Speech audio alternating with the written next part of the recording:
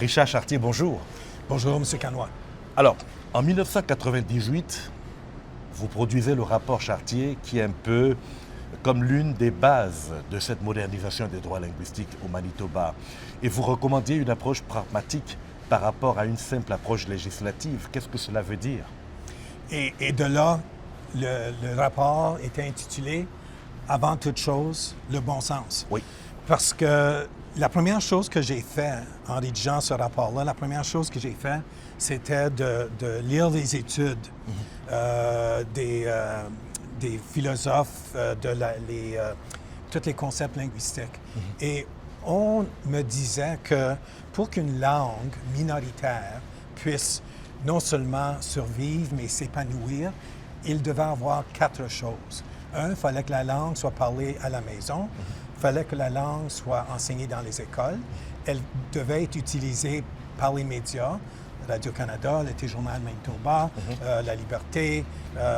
Et finalement, le dernier point qui était le plus important selon moi, en termes de qui nous manquait au Manitoba, la langue devait être utilisée au travail.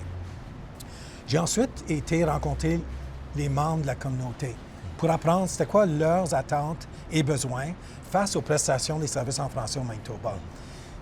J'ai écarté l'élite manitobaine, anglophone et francophone. J'ai été sur le plancher des vaches. J'ai rencontré les personnes de la communauté. Et eux m'ont dit ce qu'ils voulaient. Ils m'ont dit essentiellement 3 choses. Ils ont dit qu'ils étaient tannés des guerres linguistiques, parce qu'on se souvient, dans les années 70, 80, 90, il y avait eu des guerres linguistiques, puis c'était pas plaisant. Numéro 2, ils voulaient avoir des services bilingues, pas des services unilingues français, mais des services bilingues. Et troisième chose, ils voulaient les services là où ils résidaient. Ils ne voulaient pas être obligés d'aller dans des villes anglophones. Ils voulaient que les services soient dans des territoires au Manitoba. Et c'est là où j'ai mis sur pied le concept de zone de sécurité linguistique, afin qu'on réalise que dans ces territoires, dans ces zones, les 2 communautés pouvaient vivre en harmonie, sans craindre qu'il y ait des conflits entre les 2 groupes. C'est d'ailleurs à partir de là qu'il y a eu les centres de services bilingues, notamment au Manitoba, et c'est de là que vient le concept de bilinguisme territorial que vous vouliez pousser par rapport au simple bilinguisme officiel. Puis c'est ça. Alors, pour bien comprendre, le bilinguisme territorial lie les services linguistiques à une région géographique donnée. Alors que le bilinguisme officiel lie le service linguistique là où la personne habite sans tenir égard de région. Alors, j'ai dit, il faut qu'on concentre nos efforts dans des zones, des territoires. Et au Manitoba, on avait une carte avant le rapport Chartier. Il y avait une carte avec des zones, mais ce n'était pas reconnu comme vraiment un territoire bilingue. Alors, c'est là où j'ai mis sur pied le concept de territoire bilingue, afin le bilinguisme territorial, afin de répondre aux attentes et aux besoins de la population. Vous avez parlé des centres de services bilingues. Ça, c'est une idée qui nous vient de l'Australie, le Outback australien. J'ai lu là-dessus, et là-bas, le Outback australien, c'est un territoire très vaste et très peu peuplé. Alors là-bas, les gouvernements ont mis sur pied des one-stop shops, des centres où il y avait des employés généralistes, où un fonctionnaire travaillait pour 3-4 différents ministères. Et de cette façon-là, on pouvait offrir dans une bâtisse, avec 6-7 employés, toute la gamme de services que la population pouvait vouloir. Et c'est là où j'ai recommandé 6 centres de services bilingues au Manitoba. Et ils ont tous été construits et ils fonctionnent à ce jour, sauf qu'il y a eu le regroupement de Saint-Boniface-Saint-Vital dans un centre de services bilingues. Oui, justement, j'allais dire, juge Chartier, on comprend votre obligation de réserve si on entre plus dans le détail pratique, mais 28 ans plus tard, parce que c'était en 1998, les choses ont changé. Vous devez être satisfait en tant qu'auteur du rapport Chartier aujourd'hui, en 2026. Ça me surprend toujours qu'on en parle. Et ça me gêne un peu parce que moi, j'étais simplement à l'écoute de la population et j'ai mis j'ai proposé, le gouvernement l'a accepté, les concepts qu'on y retrouve. Et je suis content de voir que ça fonctionne encore. Mais il faut faire attention, il ne faut jamais prendre pour acquis que les choses vont continuer d'aller bien. Mais il y a toujours des zones d'insécurité aujourd'hui. On n'a pas été exhaustif dans la proposition que vous avez faite concernant les zones de sécurité bilingues. C'est toujours un peu complexe. De fait, dans le rapport, je mentionnais qu'à chaque 7 ou 8 ans, qu'on revoit les concepts que j'avais étalés dans le rapport.